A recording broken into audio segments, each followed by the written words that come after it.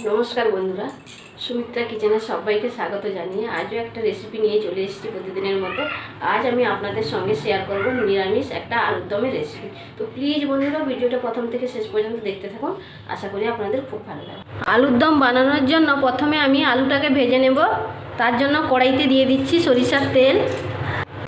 তেলটা আমার গরম হয়ে গেছে, এবার আমি আলুটা দিয়ে দেব। আলুটাকে আমি 60% মতো সেদ্ধ করে নিয়েছি। এবার এতে দিয়ে দেব পরিমাণ মতো লবণ, দিয়ে দেব হলুদ গুঁড়ো, 7 চামচ মতো হলুদ গুঁড়ো দিচ্ছি। এবার আমি আলুটাকে ভেজে নেব। আলুটা আমার খুব সুন্দরভাবে ভাজা হয়ে গিয়েছে, এবার আমি তুলে নেব। আমি বাকি আলুগুলোকে ভেজে নেব।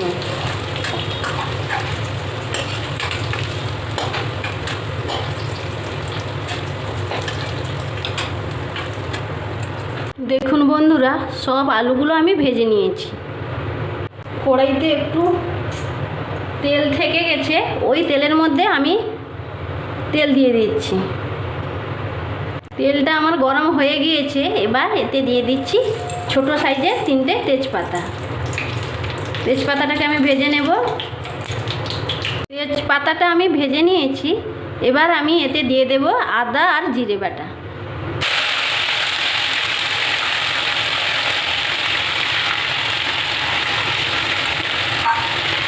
আমি এখানে 4 চামচ মতো আদা বাটা দিলাম।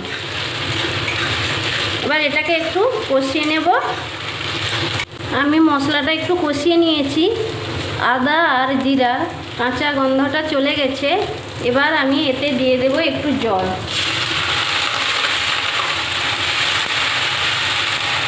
অল্প একটু জল দিলাম। এবার দিয়ে দেব 1 চামচ লাল লঙ্কার গুঁড়ো, দিয়ে দেব 1 চামচ হলুদের গুঁড়ো। একটু নেড়ে নেব।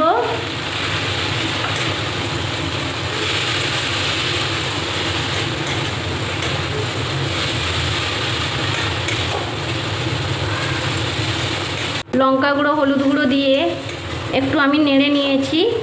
এবার এতে দিয়ে দেব 1 চামচ কাশ্মীরি লঙ্কার গুঁড়ো। এটাকেও মশলার সঙ্গে নেড়ে নেব। আবার একটু জল দিয়ে দিচ্ছি।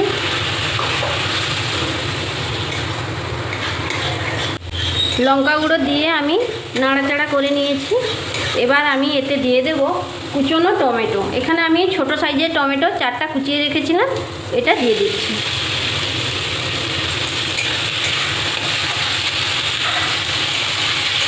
এবার এতে দিয়ে দেব লবণ 1 চামচ,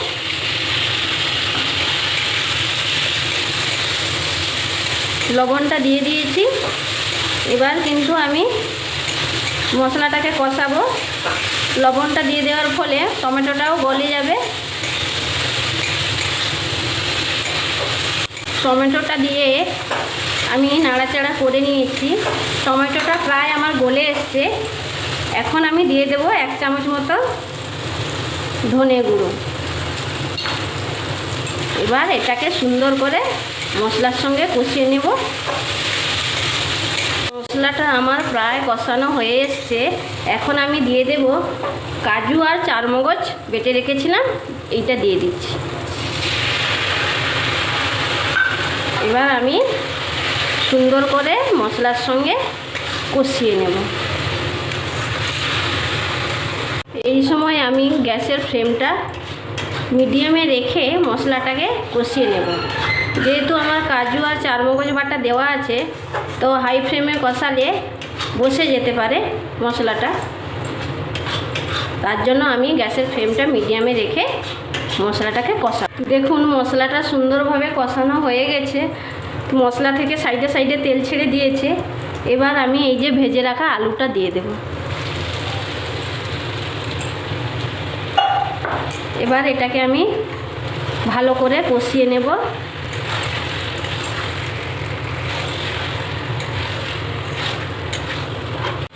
আজ বৃহস্পতিবার, প্রত্যেকের বাড়িতেই নিরামিষ। তো এরকম দিনে যদি এরকম একটা আলুর দমের রেসিপি বানানো যায় বাড়িতে, তাহলে পুরো কিন্তু জমে যাবে, বাড়ির সবাই অনেক মজা করে খাবে। তাহলে বন্ধুরা, আজকের রেসিপিটা একবার হলেও বাড়িতে ট্রাই করবেন এবং কেমন লাগলো আমাকে কিন্তু কমেন্টে জানাতে ভুলবেন না।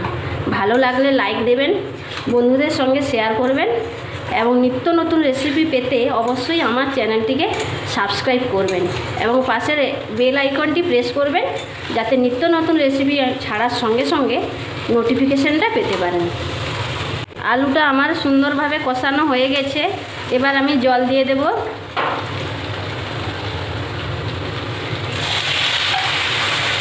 অল্প জল দেব, বেশি দেব না।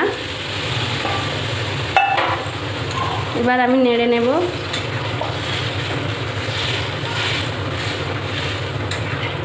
জল দিয়ে একটু নেড়ে দিয়েছি, এবার এতে দিয়ে দেব অল্প একটু চিনি, নেড়ে নেব হালকা করে। এবার এতে আমি দিয়ে দেব 1 চামচ গরম মশলা গুঁড়ো। গরম মশলা গুঁড়োটা দিয়ে দিয়েছি। এবার দিয়ে দেব 1 চামচ ভাজা জিরে গুঁড়ো। জিরেটাকে আমি হালকা ভেজে গুঁড়িয়ে রেখেছিলাম, এটা দিয়ে দিচ্ছি। এবার এতে দিয়ে দেব ধনে পাতা কুচি,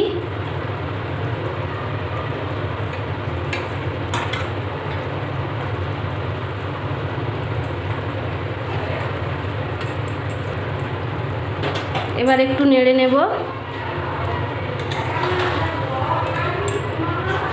আলুর দম আমার একবারে রেডি হয়ে গেছে, এবার আমি প্লেটে সার্ভ করে নেব। এখন আমি গ্যাসটা বন্ধ করে দেব। আলুর দমটা আমি প্লেটে সার্ভ করে নিয়েছি, দেখুন কত লোভনীয় হয়েছে। তো আপনাদেরকে রিকোয়েস্ট করছি, প্লিজ একবার বাড়িতে ট্রাই করবেন এবং কেমন লাগলো আমাকে জানাবেন কমেন্টে। ভিডিওটা এইখানে শেষ করছি, দেখা হবে নতুন আরেকটা রেসিপি নিয়ে অন্য ভিডিওতে। সবাই সুস্থ থাকুন, ভালো থাকুন।